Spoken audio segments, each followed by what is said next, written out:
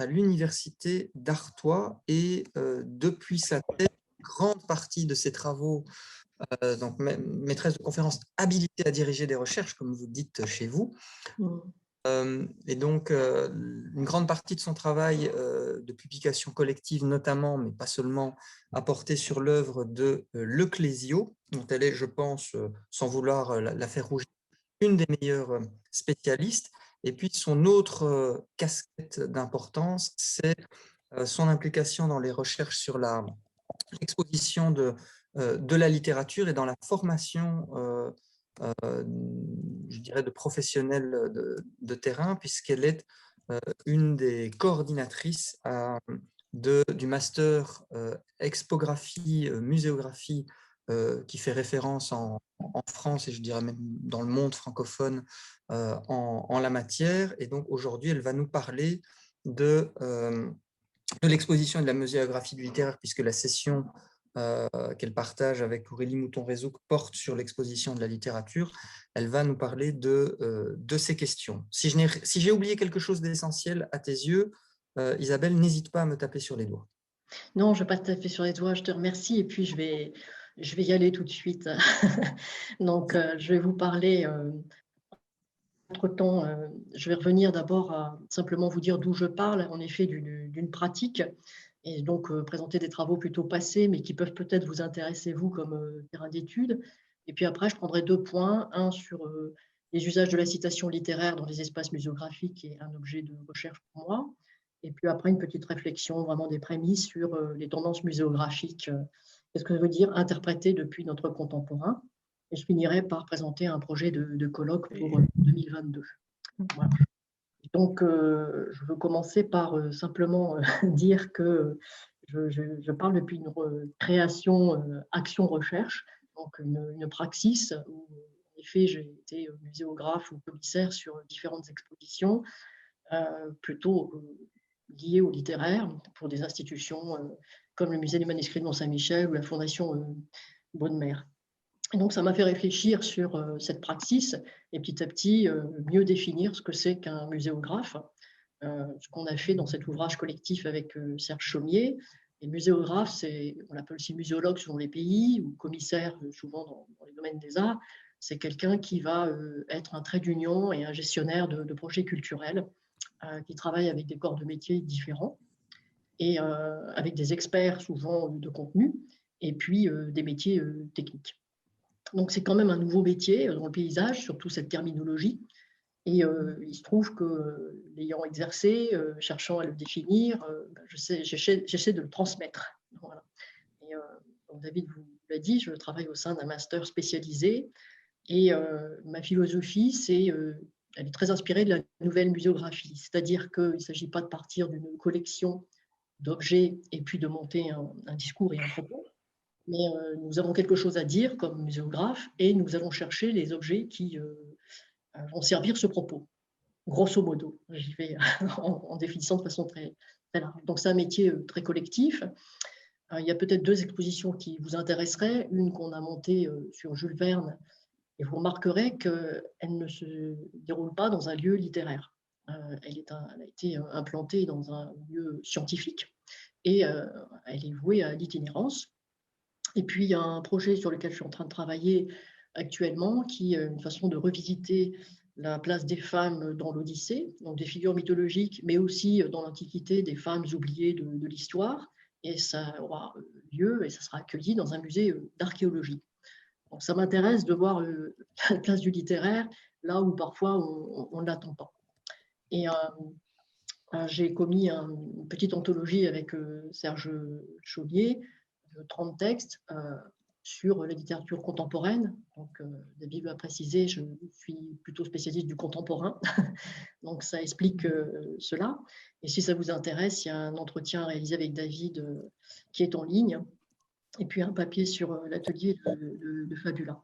Donc, ce n'est pas le commissaire écrivain, donc le Clésio Jean-Philippe Toussaint, ici, c'est comment l'écrivain parle, évoque les musées, véhiculent des représentations.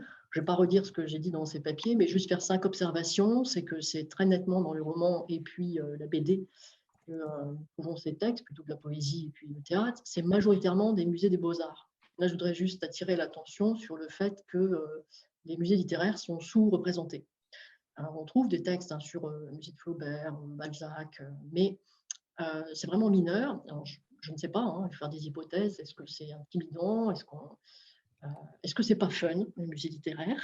Je ne sais pas. Et en tout cas, il y a une évolution certaine, qui est qu'il ne s'agit pas simplement d'institutions beaux-arts, cette tradition des salons du critique d'art, de l'écrit.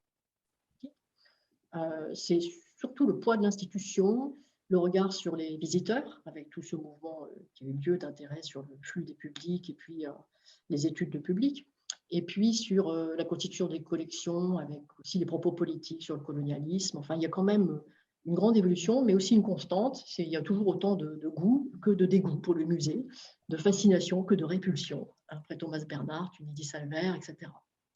Et puis, ma dernière observation, c'est que je peux mobiliser là déjà une première définition du concept de médiagénie, qui est que le musée se met en scène sur un mode discursif, avec comme partenaire médiatique l'écrivain connu, reconnu, sa notoriété. Et donc, c'est ce qui lui convient le mieux peut-être pour certains types de musées. J'ai aussi réalisé des commandes, vous voyez, un petit peu conception, objet d'étude ou autre. Ce qui est en rouge, ce sont des expériences qu'on a la possibilité de consulter en vidéo en ligne sur l'IRIMEL. Donc, je ne vais pas m'apesantir, mais vous avez toutes ces ressources qui sont à disposition. Nous avons donc enregistré sous visioconférence. Le projet Plume, la conception, c'était une commande qui m'était faite avec le master de production d'un outil de valorisation des auteurs qui ont regardé les Hauts-de-France, pas forcément natifs des Hauts-de-France. Et donc, ça donne lieu à un contenu muséographique pour une application pour randonnée pédestre et cycliste, et plutôt axé sur le sensible, donc patrimoine littéraire, et ici comme levier touristique. Bon, je vais peut-être parler de l'arbre à livre parce que vous avez des images, juste pour évoquer le fait qu'on a des commandes qui sont parfois audacieuses, dans le sens où Médiathèque nous demande d'avoir un dispositif itinérant pour des livres d'artistes jeunesse, mais un dispositif qui ne soit pas vitrinifié, où on puisse manipuler comme en bibliothèque, et même des livres rares, des livres précieux, et qui acceptent complètement le fait que ça puisse les détruire. C'était une expérience scénographique intéressante et qui a pris en compte le statut fragile du papier. Voilà, et c'est dans la grande tradition des bibliothèques, puisque c'est itinérant. Voilà, le musée MMH, j'en parlerai peut-être après, c'est donc une étude sur l'humour dans l'exposition littéraire et autres. Donc, il y a une deuxième chose qui est importante de poser, dans peut-être ma façon d'aborder les choses, la nouvelle muséologie, mais aussi je suis une héritière de l'éducation populaire. Je crois en l'action culturelle sur le terrain et sur le long terme, et avec les gens du terrain. Donc, je travaille avec les services des publics et une action que je mène depuis 6 ans, qui est de concevoir des petits films de fiction avec des publics empêchés, éloignés, et des films de fiction au musée. Donc, ça fait partie de ma conception terrain et très praxis. Et en orange, je vous ai mis les métiers que j'ai exercés, avec plaisir en fait. Et puis en bleu, c'est les personnes avec qui je travaille et je collabore pour mener ces projets. Et donc, pour finir cette présentation de d'où je parle, ce qui est important, c'est les rencontres. Voilà. Donc, je vous ai mis en rouge 3 personnes qui font partie de ma sphère intellectuelle et amicale. Donc, je travaille avec Serge Chaumier au sein du master, puisque depuis 2011, on est un duo qui le pilotons, pour former à 4 métiers, dont celui de muséographe. Et puis là, je veux remercier les 5 organisateurs de ce séminaire, parce que je trouve ça génial pour les jeunes chercheurs et le travail que fait l'ensemble des RIMEL. Voilà. Le projet avec David, je vous en parlerai tout à l'heure. Et puis, je travaille aussi avec Marie-Clémence, notamment une étude de cas sur ce musée anté-mortem sur Michel Houellebecq, qui est fait avec beaucoup d'humour par des artistes. Voilà. Donc ça, c'est un peu le passé, j'allais dire, qui montre mon attachement à la pratique. Et je vais vous parler de 2 choses. Donc, un petit cas sur des usages de la citation littéraire, et je ne vais prendre que 2 exemples. Donc, c'est un petit peu une réflexion qui part d'une idée qu'il y a une instrumentalisation du signal littéraire qui devient slogan dans l'exposition. Donc ça articule une dimension qu'on pourrait dire très micro, qui est la spectacularisation de la citation devenue slogan, dans une dimension très macro, qui est le contexte communicationnel d'une exposition, qui est partie prenante d'une programmation dans un croisement des enjeux qu'on connaît, qui sont à la fois économiques, touristiques, culturels ou politiques. Donc, mon premier constat, c'est que la signification accordée par le visiteur, comme elle est influencée par le type de support, il y aura une gradation des supports. Et plus le support est à l'intérieur de l'exposition, par exemple sur la Simèse, plus la citation devient un expo scientifique, exempt de tout soupçon de publicitarisation. Et plus on va vers le mur extérieur ou vers le tote bag, comme vous le voyez, on a un coefficient de publicitarisation élevé. Mon second constat, c'est que la citation est souvent signée de son auteur et que la signature est travaillée comme marque et que le patronyme peut suffire parfois, que toutes les citations et références trahissent les catégories socioculturelles des visiteurs auxquels les concepteurs s'adressent en priorité, pour citer Marie-Sylvie Poli, et que la sociologie de la culture a largement analysé le bien culturel comme représenté au-dessus des préoccupations matérielles, comme sublimé, mais on sait bien qu'il y a des effets de marque. Mon troisième constat, c'est la citation, la phrase littéraire est souvent réduite à être décontextualisée et sa brièveté la rapproche parfois du slogan et d'une poétique particulière. Les moyens scénographiques et graphiques peuvent renforcer cette transformation dans le contexte muséographique comme insurrection et voire surrection du poétique ou participant d'une logique de légitimation d'un discours. Et mon premier exemple de citation, je ne vais en prendre que deux, mais celle-ci va dans le sens de cette surrection et il concerne l'emploi de citation au musée Rimbaud. Dans une opération de montage, une forme de crier du littéraire que vous voyez sur ce mur, qui, à force de manifestation, puissance déclarative. On voit un code rythmique en étendard d'une modernité, qui est bien une intention scénographique selon l'entretien que j'ai eu avec le muséographe pour vérifier un petit peu mes hypothèses.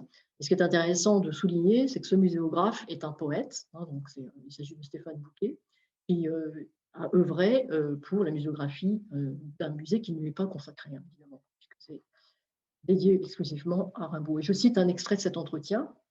La poésie de Rimbaud en prose est une poésie de slogan, ce qui est une forme poétique et politique, un autre rapport à l'énonciation que le vers.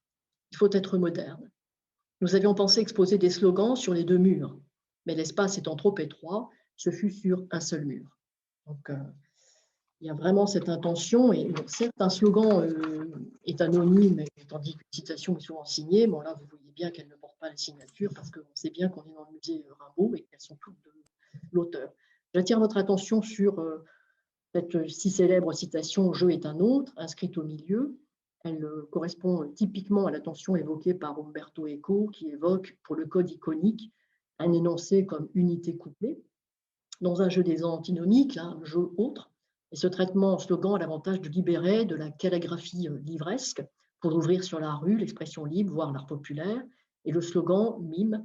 Ici, la revendication acquiert une force nouvelle et le code couleur du rouge et de la typographie iconisent le verbal et font gagner en puissance. Certes, ça peut aussi avoir le risque de réduire à une rhétorique persuasive de pur déclaratif. Et je pense qu'ici, il y a un aspect très constitutif du faire slogan qui est d'inscrire dans du commun aussi. Au-delà de l'exposition monographique, la forte présence de citations d'écrivains a ses effets recherchés et j'en vois au moins trois. Donc le premier, c'est de signaler, et on le voit hein, que le musée a bien compris dans sa communication que c'était un enjeu d'avoir ces citations littéraires. Donc le premier effet, c'est d'être un signal qui dit je cite une exposition littéraire. Vous voyez, on est bien dans une expo littéraire, donc il y a une citation, voilà.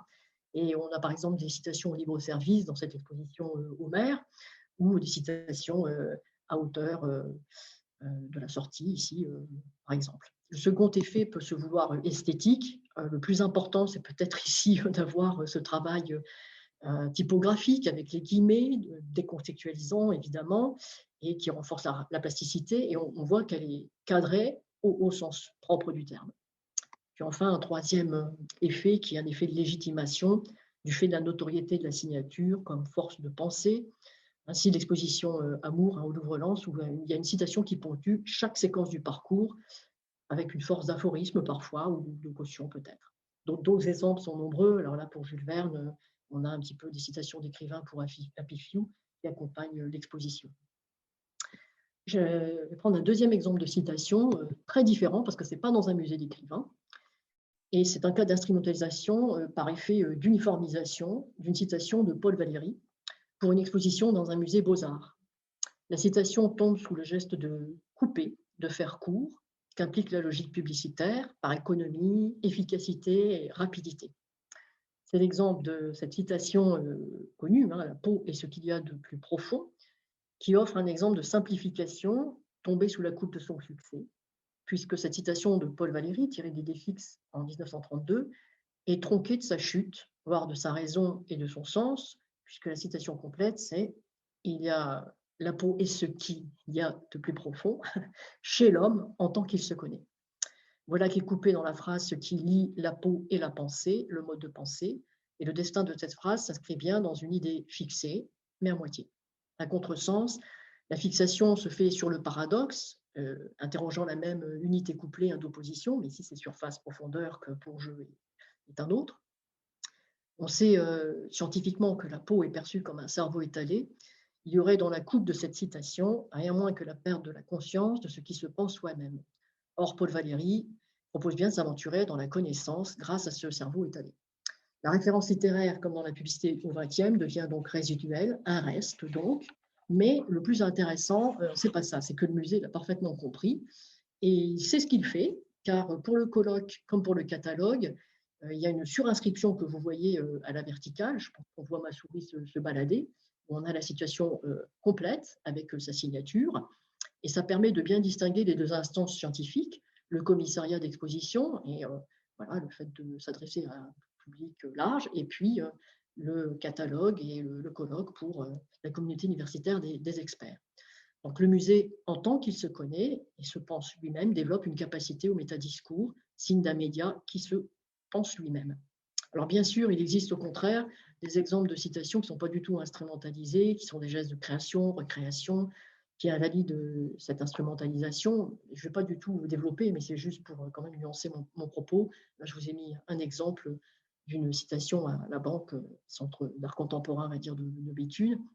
On voit bien que les rimes intérieures sont valorisées par la mise en espace. Voilà. Mais disons que cet exemple de Paul Valéry me permet de nuancer le concept de médiagénie que j'évoquais tout à l'heure, qui peut caractériser l'exposition, et plutôt en m'appuyant sur cette autre définition qui fait l'hypothèse qu'un sujet se réalise de manière optimale dans tel média particulier, ici l'exposition, parce qu'il permet à ce média de mettre en scène ses propres codes sur un mode métadiscursif. Voilà. Et donc, je vais aborder mon troisième point. Et mon troisième point passe par une transition qui est une installation, que vous voyez là, de poème-chaise, chaise-poème. Donc, nous sommes à Charleville-Mézières et je rejoins à nouveau Rimbaud. La citation intervient ici comme marquage d'un espace de mots, comme geste ontologique qui peut produire des effets esthétiques. Mais ce qui est intéressant, c'est qu'il y a en regard deux citations contemporaines. Il y a un gros plan sur une chaise, hein, celle-ci, vous voyez qu'à chacune des installations, vous avez une citation de Rimbaud et une citation d'un écrivain contemporain, ici un poète belge. Donc ces citations manifestent une tendance en expographie à faire dialoguer avec la création contemporaine. C'est cela que je vais interroger. Qu'est-ce que dialoguer avec la création contemporaine ou qu'est-ce que dialoguer avec le contemporain, la pensée contemporaine, qui pour moi, ce n'est pas tout à fait la même chose. Et d'autre part, ces citations assurent la promotion d'une ville. L'auteur, comme Marc de Charleville-Mézières, cette fabrique médiatique passe par un travail d'occupation des espaces urbains, limitrophes, interstitiels, auprès du musée, qui est bien sûr un établissement culturel. Alors, y a-t-il risque de saturation ou de perte de sens, de devenir un produit d'appel, un simple monument, un monument historique, quelque chose à visiter, à avoir vu, et non plus à habiter? Ça, c'est une autre histoire. Mais peut-être que ça me permet d'évoquer pour la suite, peut-être que la poésie, peut-être à habiter. Et que c'est peut-être cet enjeu essentiel dont j'ai envie de débattre dans ce troisième point. Donc le troisième point, c'est simplement m'attacher à que veut dire faire dialoguer avec le contemporain et d'insister sur la réinterprétation d'une œuvre, ici poétique, rabbadienne, au présent, qui permet de dégager une typologie moins bipolaire que celle pensée sur l'axe mémorial, commémoration et mémoriel, enjeu de mémoire et d'archives, patrimonialisé certes, mais selon des tendances d'époque, et il faut prendre en compte à ce moment-là une double historiographie. Parce qu'il y a l'historiographie de la muséographie et l'historiographie de la critique littéraire ou du geste littéraire, de la littérature. Donc là, je ne prendrai que le cas Rimbaud comme terrain d'étude. On sait qu'il y a plusieurs lieux. Je vais laisser côté le city branding et l'ensemble du parcours Rimbaud dans l'écosystème de la ville. Et je vais laisser tomber ce lieu magnifique, qui est la Maison des Ailleurs. C'est celui où vous avez le plus de photos, hein, vous connaissez. C'est vrai que ça servirait parfaitement à mon propos, qui serait le dialogue avec la création contemporaine. Mais je vais parler que de l'autre lieu, du musée, que vous voyez. Il y a une seule photo, hein, le Moulin. Voilà. Et je vais m'appuyer sur documents de communication du musée, l'analyse du lieu muséographié, scénographié, les documents techniques de programmation et cet entretien inédit que j'avais conduit avec Stéphane. Voilà. Donc, je veux juste soulever cette tendance forte qui est le dialogue avec la création contemporaine, qui est parfois un véritable leitmotiv. Donc, des artistes actuels, invités, parfois en résidence, etc. Et ma seconde tendance que je veux un petit peu analyser, aborder ici, c'est le choix de l'interprétation contemporaine, donc ce qui n'est pas la même chose. Donc, en conséquence, un musée devient une fabrique à plusieurs temps, entre hier et aujourd'hui, qui dialoguent plus ou moins et qui sont placés sous des types de muséographie différentes. Et je trouve que ce musée Rimbaud est un musée un peu hybride, et je voudrais juste m'attarder avec vous sur 3 dispositifs. Donc, le premier dispositif pourrait y avoir, si vous voulez, un aspect très circonstanciel qui revisite le contexte d'époque, l'écrivain en son temps, l'hier, de restituer le contexte, reconstituer ou restaurer, peu importe, hein, mais pour contextualiser le référent, les marqueurs d'époque. Et alors, on sait les circonstances de la vie et on sait que l'œuvre est fonction de ces circonstances, partant de la définition des Loirs. Dans nombre de musées et expositions d'écrivains, on a donc alors des objets d'époque, authentiques ou non, objets totems, objets mémoire, par exemple le tiroir du bureau, ou encore le bureau, ou bien la valise, enfin des objets un petit peu attendus qui peuvent condenser, cristalliser le passé. Mais on a aussi quelque chose qui est de l'ordre oratique ou de l'intemporel, qu'on voit bien ici avec cet écrin rouge et cette salle des trésors. C'est presque un musée dans le musée où on tourne autour du mausolée. C'est un peu cette idée-là.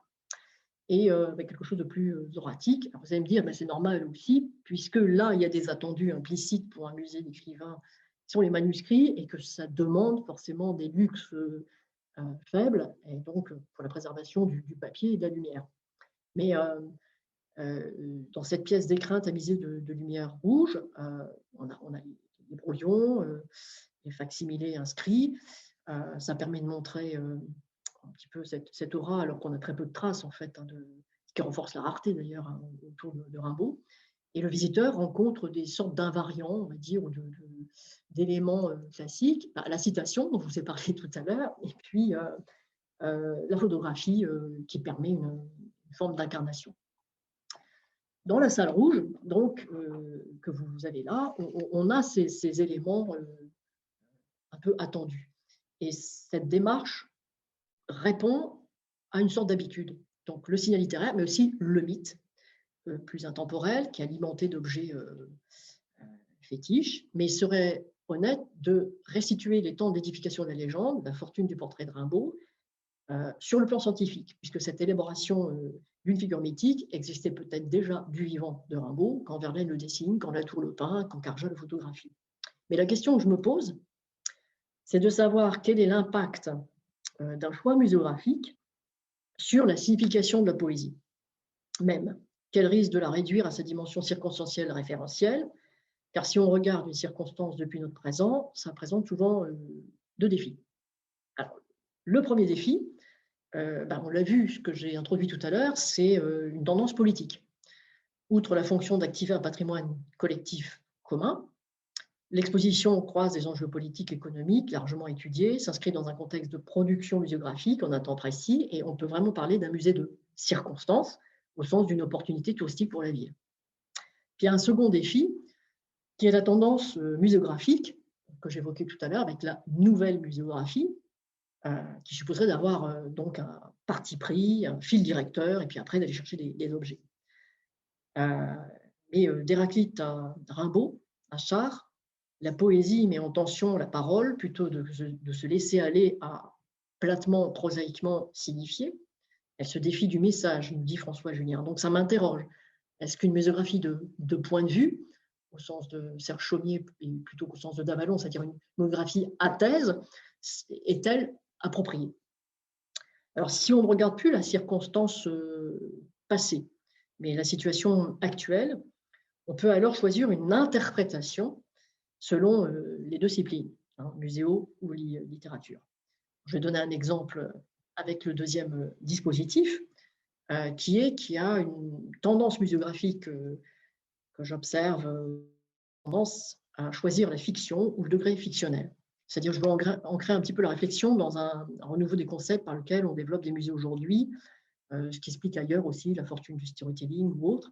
C'est le parti pris qui a été envisagé, il me semble, pour ce cabinet de curiosité, ou du moins en ayant vérifié les hypothèses avec le muséographe, parce que ce cabinet de curiosité présente une manière d'avant-garde de voir le monde.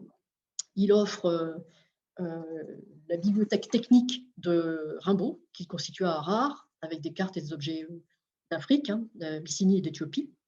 Et ce cabinet est un haut lieu signifiant, au sens où Davalon l'entend, comme capacité à signifier, donc qui cumule un fort niveau d'information, et une haute charge symbolique pour des lieux de médiation entre des univers de valeurs différents, c'est-à-dire entre le monde de l'ici et celui de l'ailleurs.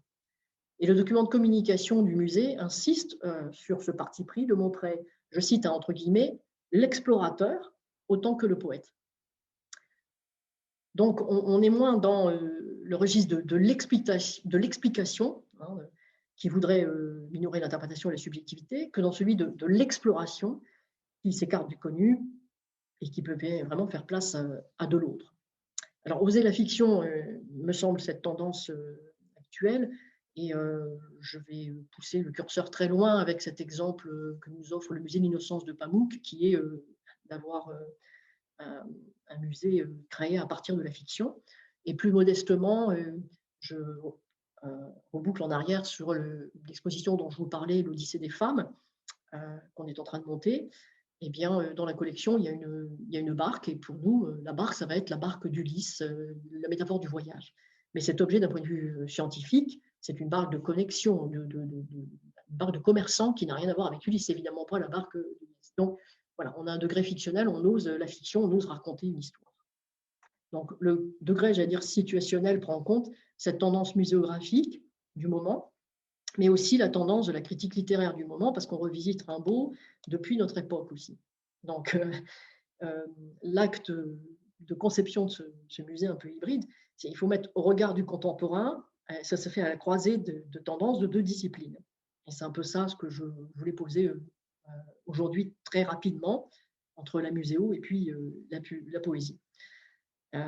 Donc du côté de la muséo, à un instant T, dans une mouvance qui ne tient pas uniquement aux dates de commémoration, mais à des tendances du moment de sa réalisation, et puis l'historiographie du littéraire. Alors, quelle est la forme d'écriture en question dont je parle, qui serait voilà, mise en jeu ici? La forme d'écriture en question, ben pour moi, c'est le fragment. Donc, je m'attache là à un troisième dispositif qui se situe sous les toits du moulin. Alors, c'est important peut-être de dire que j'ai fait les choses peut-être à l'envers, mais quand on fait la visite, on commence par les toits. C'est la première salle dans laquelle le visiteur a accès au parcours. Et il passe par ce grenier et il entend des voix depuis ses douches sonores, des voix qui ont été enregistrées qui ont de 17 à 20 ans et qui disent des textes de Rimbaud dans des langues différentes, y compris le latin. Et voilà. Donc sous ce toit, il y a le fragment, la citation, hein, je boucle un peu mon propos autour de cela, qui crée une sorte de polyphonie. Et le fragment de voix connaît d'un côté un essor muséographique certain, d'où l'essor de collecte de témoignages. Et ce n'est pas seulement l'urgence de la mémoire d'une génération qui meurt qui fait qu'on lance beaucoup de collectes de témoignages ethnographiques ou sociologiques. Et d'autre part, c'est aussi le fragment contemporain en littérature. Si l'on envisage que le geste poétique du XXe siècle est celui de la rupture, de la coupe et même des effets de cacophonie, multiplier les voix au sein du musée Rimbaud, favoriser l'écoute de bribes est assez fidèle à ce geste contemporain. Ici, je choisis de suivre l'interprétation de Dominique Rabaté, qui revisite la poésie rimbaldienne, en parlant de la disparition du jeu biographique réel pour un sujet lyrique plus instable, on va dire, l'émergence d'une voix lyrique qui se confond avec cet espacement du sujet.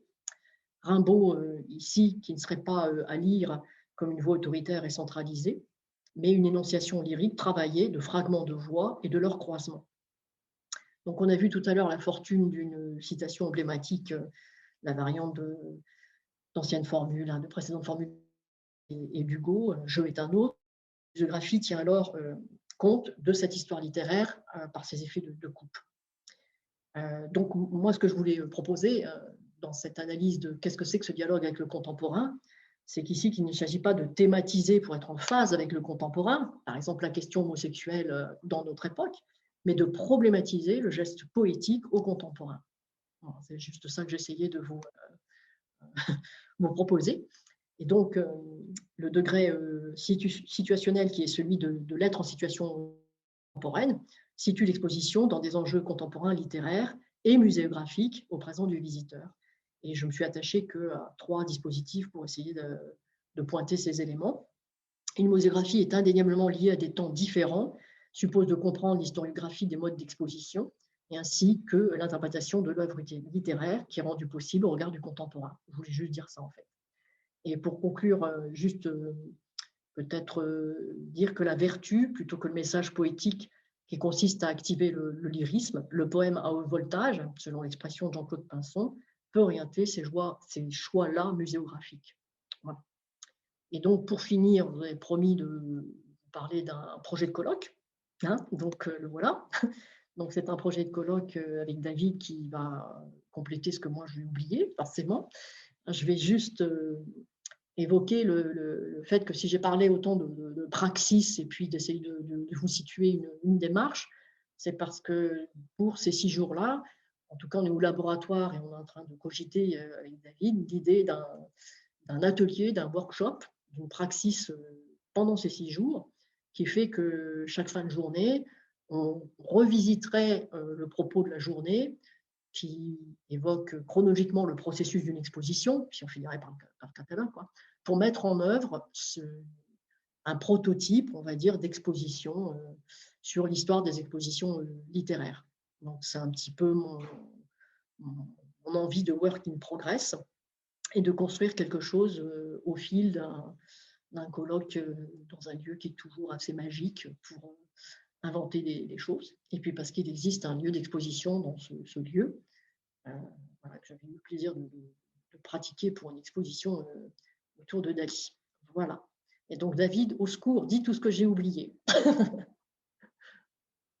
Alors, merci beaucoup. Je vais commencer par les réactions à icônes et tout ça. Voilà. J'ai arrêté le partage d'écran, comme ça je verrai le chat. Oui, d'accord, tu peux le couper, oui, oui, tranquille. Bah, écoute, merci beaucoup de ces éléments. Moi, j'ai été très sensible j'étais très sensible au fait que tu l'explicites en plus, à la richesse peut-être plutôt que de la confrontation, mais de l'agencement des approches et des 2 casquettes que j'évoquais dans la présentation que j'ai faite de ton parcours et de tes activités tout à l'heure. entre la formation littéraire et la formation en muséologie que tu as eue et que tu donnes et que tu reçois en fait constamment. Et ce que je trouvais intéressant en particulier, c'était du point de vue très très général, l'explicitation de points de vue, alors pas nécessairement divergents, mais qui ne parlent pas nécessairement enfin, qui n'ont pas les mêmes priorités, ni nécessairement les mêmes valeurs et les mêmes enjeux à traiter, auxquels on est constamment confronté quand on est universitaire en général et littéraire en particulier. Lorsqu'on travaille avec les gens de musée, on se rend compte qu'il y a moyen de dialoguer parce que parfois, enfin très régulièrement, on a des éléments de formation qui sont communs, mais en même temps, on n'a pas nécessairement les mêmes priorités. Donc, le fait d'être obligé, en quelque sorte, d'avoir à dialoguer beaucoup pour trouver un langage commun, une base commune de langage, en fait, enfin, moi, j'en ai le sentiment, nous apprend énormément. Peut-être pour compléter, oui, ce que tu as dit au sujet du colloque et de son organisation, oui, dire qu'on aimerait bien, à travers ce parcours qui est lié au processus d'élaboration d'une expo, essayer aussi de proposer des embryons, des éléments d'histoire de l'exposition de la littérature.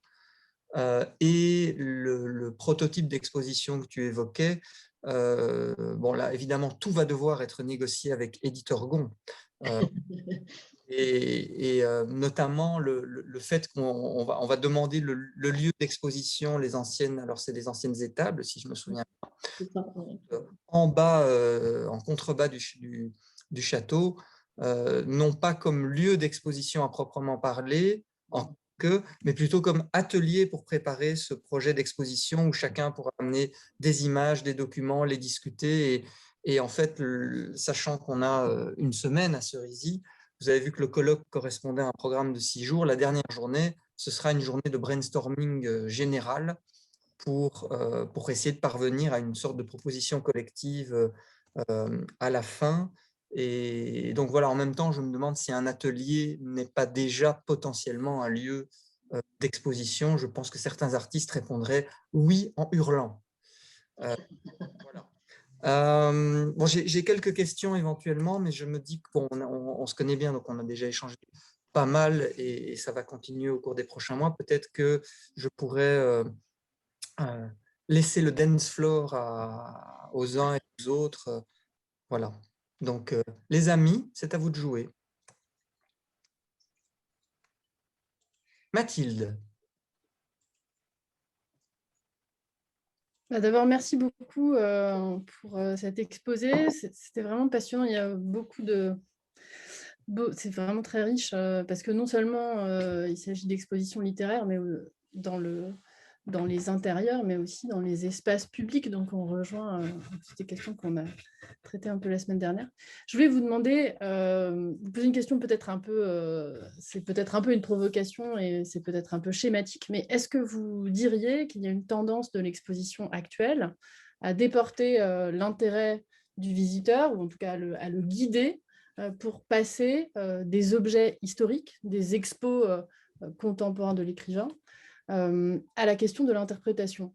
Je vous pose la question au regard de ce que vous avez exposé aujourd'hui et aussi à la suite d'une modeste petite expérience menée la semaine dernière dans la continuité d'une petite typologie qu'on avait commencé à esquisser dans le cadre de la journée des Rimel, typologie des expositions littéraires. J'ai demandé à des étudiants de master à qui je parlais des expositions littéraires au cours d'une très courte séance dans le cadre d'un séminaire sur la patrimonialisation, de me faire la liste de toutes les expositions littéraires qui avaient été faites, présentées sur les écrivains qu'ils connaissaient. Et ils m'ont présenté beaucoup de choses sur l'interprétation, aussi sur des produits dérivés, enfin, ce qu'on peut appeler des produits dérivés, mais on peut leur donner d'autres noms. Et est-ce que vous diriez qu'il y a une tendance aujourd'hui de déport des objets historiques vers ce type d'exposition, ou est-ce que c'est trop schématique? Bon, schématique, je ne sais pas, mais je dirais que la tendance, si elle est avérée, mais peut-être pas que pour les musées littéraires, peut-être moins d'ailleurs là, je dirais, parce que moi j'ai la chance de travailler avec tout type de musées, je dirais que Il y a eu la création en France de ce qu'on appelle les centres d'interprétation qui ont déjà marqué ce curseur très fort. Et puis, de penser que ça peut toucher tout type de collection. Si on regarde ce qui se passe chez nos amis suisses à Neuchâtel, on verra qu'on a vraiment le goût de l'interprétation et que c'est une tendance. Oui, je partage votre point de vue. Après, les objets dérivés, c'est peut-être pas tout à fait la même chose. Et pour les lieux littéraires, il me semble qu'il y en a où c'est plus évident que d'autres. L'interprétation, il y a le cas, Rimbaud, j'évoquais, mais par exemple, Colette, c'est aussi intéressant puisqu'on a un double lieu. Et dans ces doubles lieux, c'est comme si on avait les deux, on avait le centre d'interprétation, puis le lieu un peu plus académique, on va dire.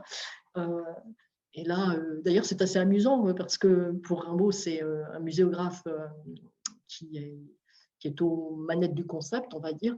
Et pour Colette, c'est plus une scénographe, une artiste qui était aux manettes.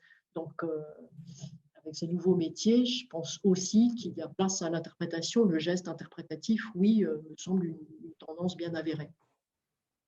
Pour répondre à votre question. Et les produits dérivés, je dirais que c'est vraiment autre chose. C'est pas forcément là que je vois l'interprétation. Je vois plutôt les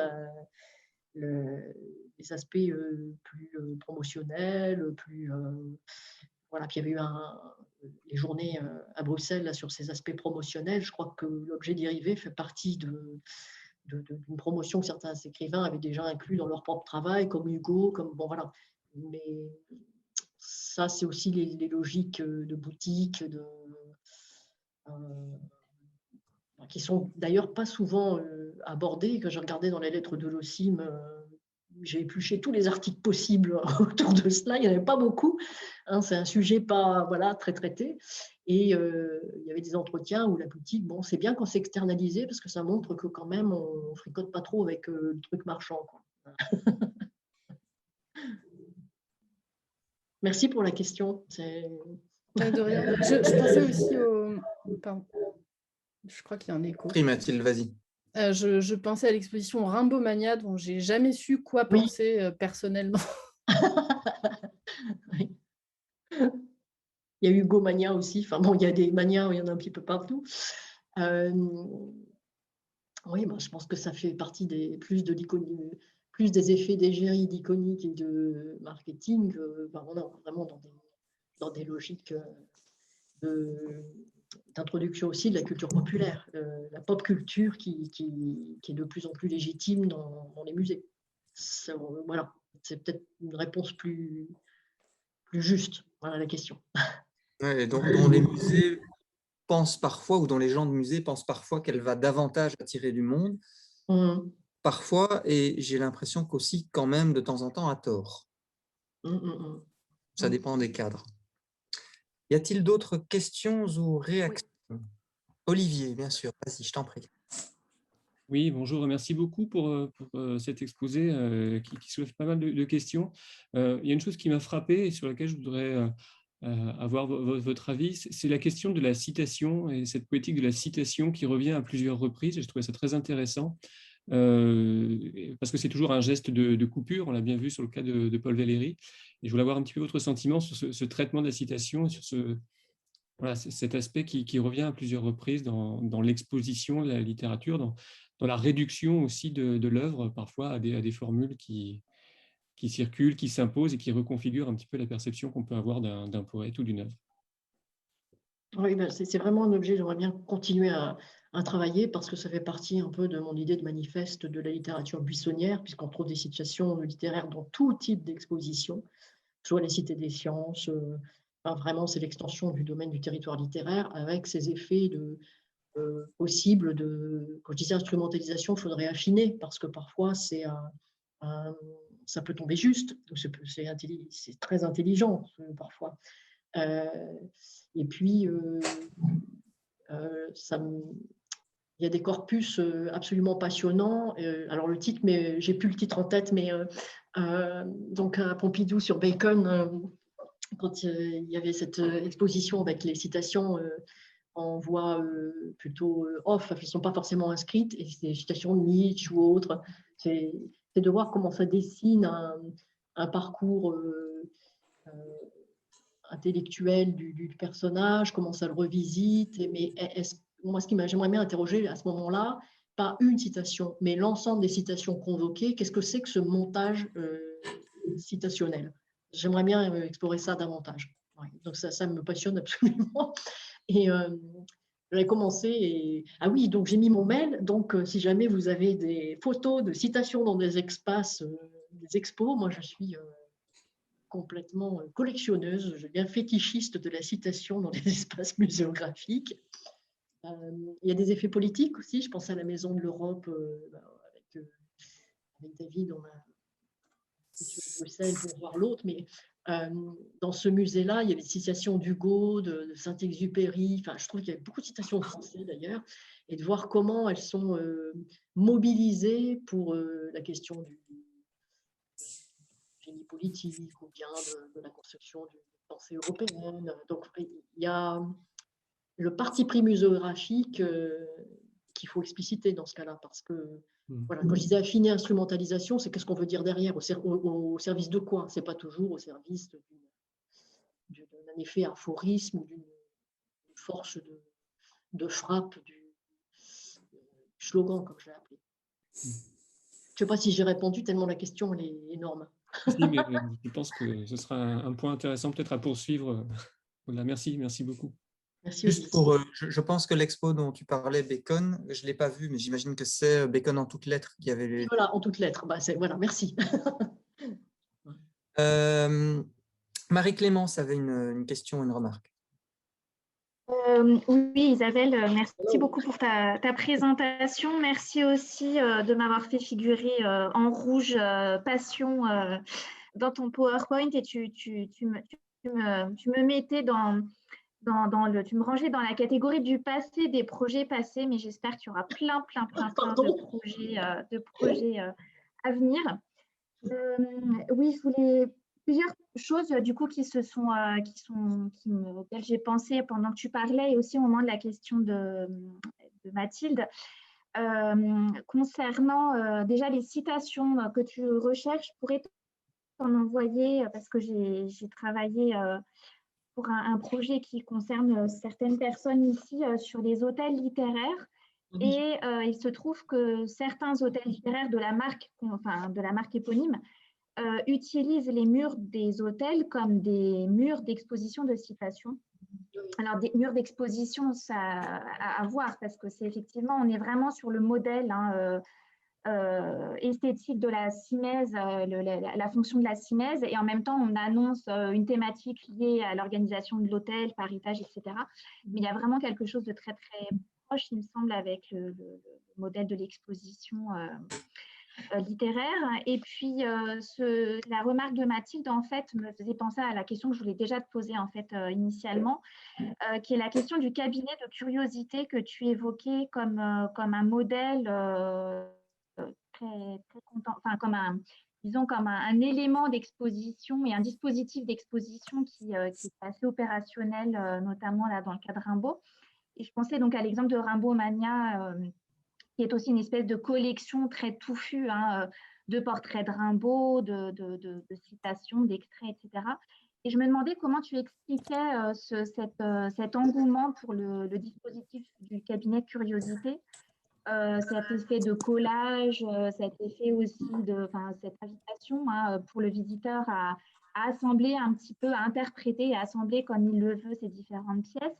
Et ça me faisait penser à l'exposition de Giono au Mucem, que David connaît très bien, puisque tu as assisté au montage, et à ce dispositif du cabinet de curiosité qui était utilisé par Clémentine, alors Bulnois, je ne sais plus comment c'est exactement son patronyme, et qu'elle a repris dans une galerie à Paris très récemment. Où elle montre justement des cartes postales de la maison de Giono, de son environnement, où elle crée des œuvres à part entière à partir d'œuvres classiques qu'elle détourne. Voilà, Clémentine Mélois, merci David. Et je me demandais comment tu expliquais justement cet engouement pour le cabinet de curiosité qui est un peu un geste aussi en dehors du musée, qui fait partie de l'histoire du musée. Alors, plusieurs choses. Déjà, mille excuses, non, tu ne fais pas partie du passé, mais de mon présent. Donc, sur cette étude qu'on est en train de mener ensemble en ce moment, en plus, sur Michel Houellebecq et son musée fictionnel. Voilà. Et les citations, oui, les hôtels, ça m'intéresse. On en avait parlé un petit peu en octobre ensemble, mais il y a aussi les citations dans l'espace urbain, mais il y a des plus spécialistes que moi parmi vous. Mais à Montréal, c'est assez frappant. Et puis, c'est surtout le choix aussi de quel auteur est mis en exergue dans cette littérature de langue française, parce que j'aime pas dire littérature française ou littérature francophone. Voilà. Et pour le cabinet de curiosité, moi je dirais qu'il y a plusieurs éléments. Je me suis jamais posé la question, mais là, à brûle pour point, je dirais bon, il y a le cabinet Naturalia, enfin, le cabinet de collectionneurs, ça c'est une chose, et avec l'idée que le visiteur lui aussi peut créer ses collections, et donc on a toujours cette tendance à aller vers le visiteur, mais peut-être plus largement dans l'histoire de l'art, le fait qu'une exposition soit une table de montage, ça rejoint quand même des gestes qui ont été les gestes d'Abi Warburg et de l'Atlas, et fortement promus par Didier Huberman. Ça rejoint Jean-Hubert Martin quand il y a des montages, carambolages. Il y a cet esprit de montage derrière. Il n'y a pas que l'objet du cabinet qui est très pratique pour j'allais dire, fait du diorama et puis des miniatures de ce qu'on peut mettre. Mais là, c'est mon autre objet de recherche puisque j'ai beaucoup travaillé sur le dispositif technologique de la miniature. Donc, c'est peut-être pour ça que j'y pense. Mais aussi l'opération de montage et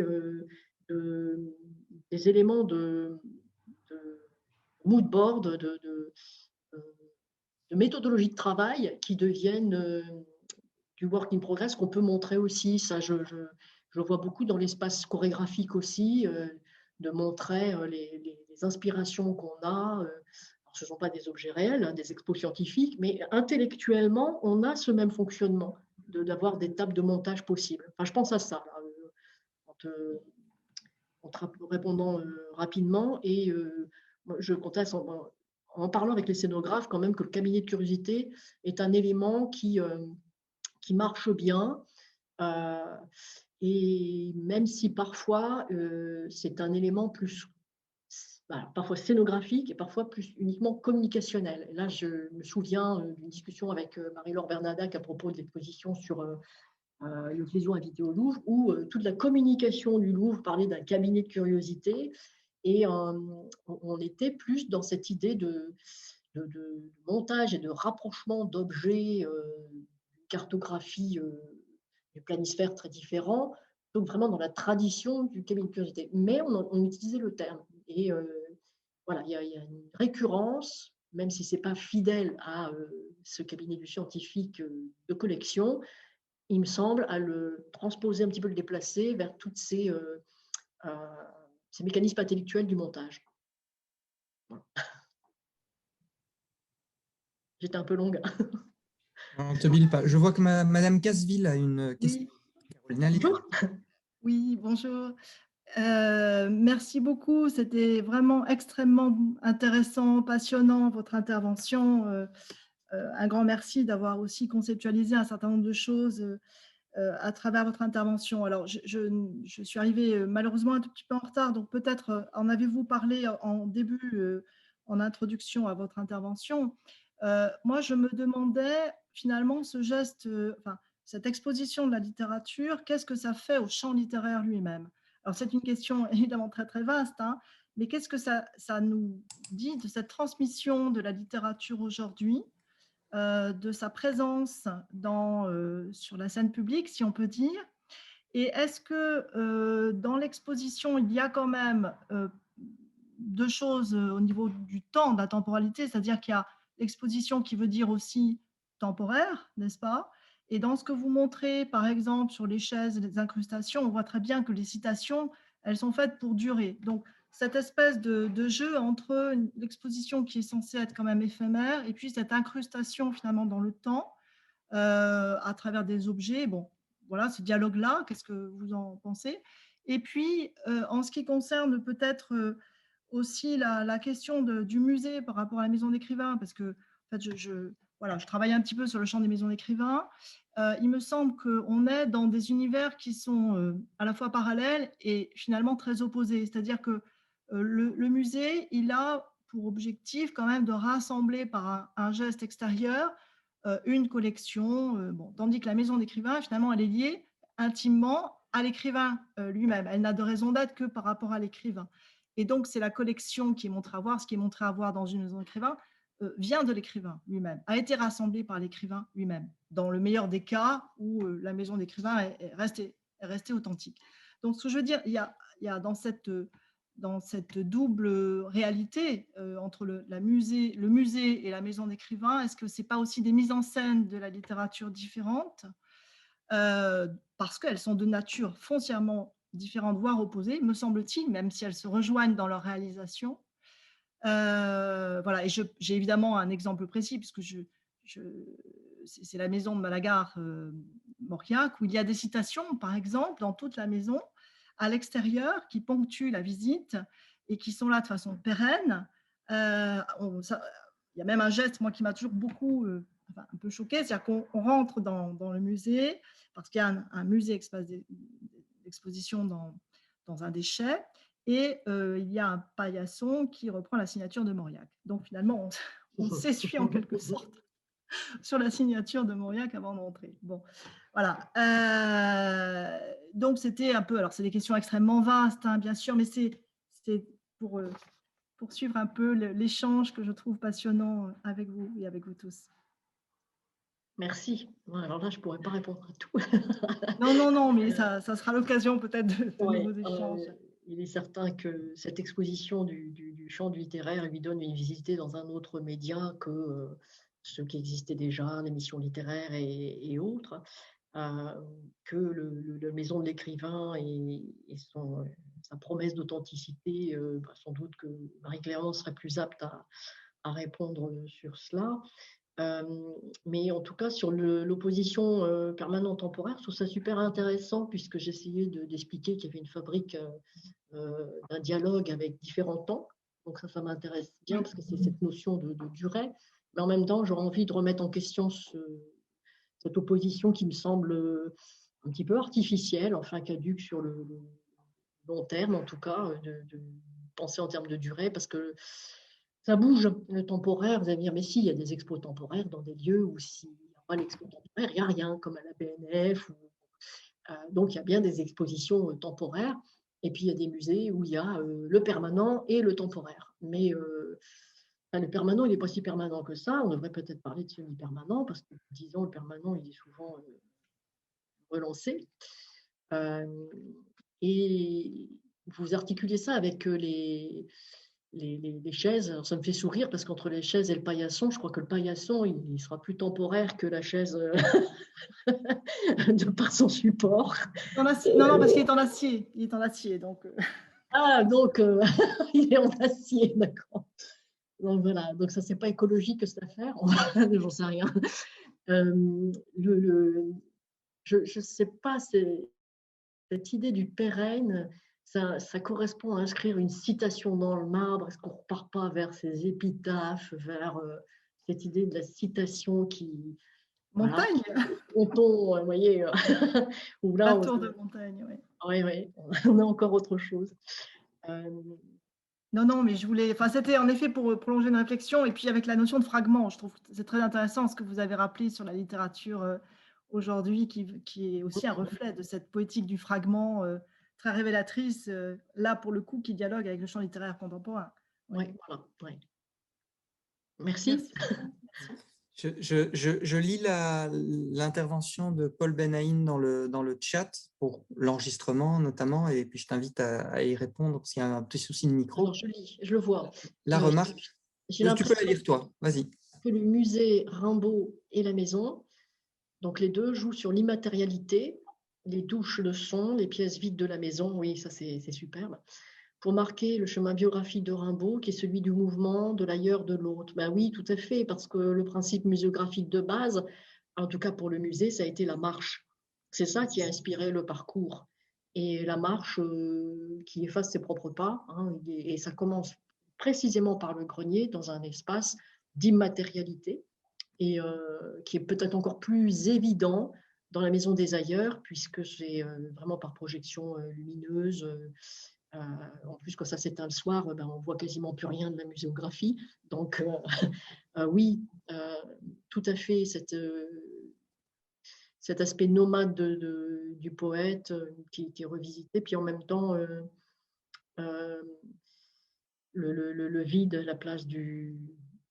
C'est assez particulier parce qu'il pourrait y avoir la place du silence. Quand on dit douche sonore, parce que je parlais de cacophonie, mais il y a aussi la ponctuation par le silence qui est forte. J'aurais peut-être, à moins que quelqu'un n'ait encore une question, une remarque, je m'octroierai la dernière réaction. Bien, Paul. Mais c'est peut-être plus une réflexion qu'une question, parce que peut-être que ça va plus loin, enfin, que c'est l'étape supplémentaire par rapport à ce que tu as déjà pu faire, observer et décrire maintenant. Est-ce que tu as observé, ou est-ce que tu comptes observer, ou te poser la question de la différenciation possible entre le type d'usage des citations qui sont faits selon la nature ou le type d'exposition ou le type de lieu? Est-ce qu'on mobilise les mêmes choses et de la même façon dans les musées de sciences, dans les musées de société, dans une exposition, je dirais, historique, tu vois, où, je dirais, l'écrivain peut être un élément du paysage culturel grosso modo, ou comme un élément qui raconte du point de vue d'un contemporain la période dont on est en train de parler. Il y a des tas de choses très très différentes potentiellement, et je me dis que ça, enfin, un des éléments, il y a probablement une typologie comme une sorte de grammaire des usages dans la découpe, dans l'insertion à tel endroit et pour tel type d'usage, argumentatif souvent, mais pas seulement. Et en même temps, il y a une grammaire, enfin, une sorte de typologie possible des lieux, et les deux pourraient potentiellement se croiser. Mais là, c'est quelque chose qui demande des analyses un peu, enfin, je veux dire, assez ciblées, minutieuses et concrètes, et donc beaucoup de temps, je crois.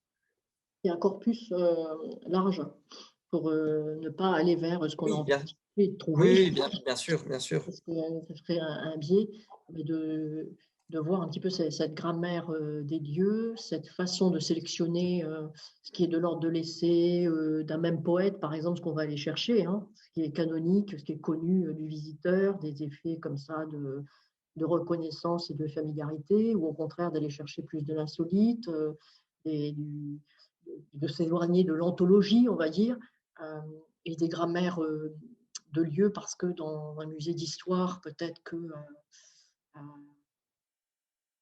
je dis quelque chose que je n'ai pas vu, hein, mais si on avait envie de... Ce serait peut-être l'inverse d'un exercice que j'aurais envie de faire avec mes étudiants, tiens, si tu me donnes une idée, c'est de prendre Voyage au bout de la nuit de Céline et de se dire, tiens, qu'est-ce que je prends comme citation en fonction de... ça serait un peu un exercice sympathique à faire, tiens.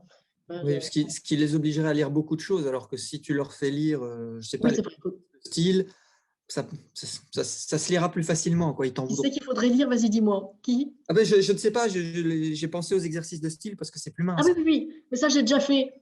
Ah d'accord, bon. Désolé. Bon, bah écoute, voilà. Il y a encore beaucoup d'idées à agiter dans le shaker. Ah, j'aime bien ton idée, là. Ouais. Merci. Bon, avec plaisir. Merci à vous tous.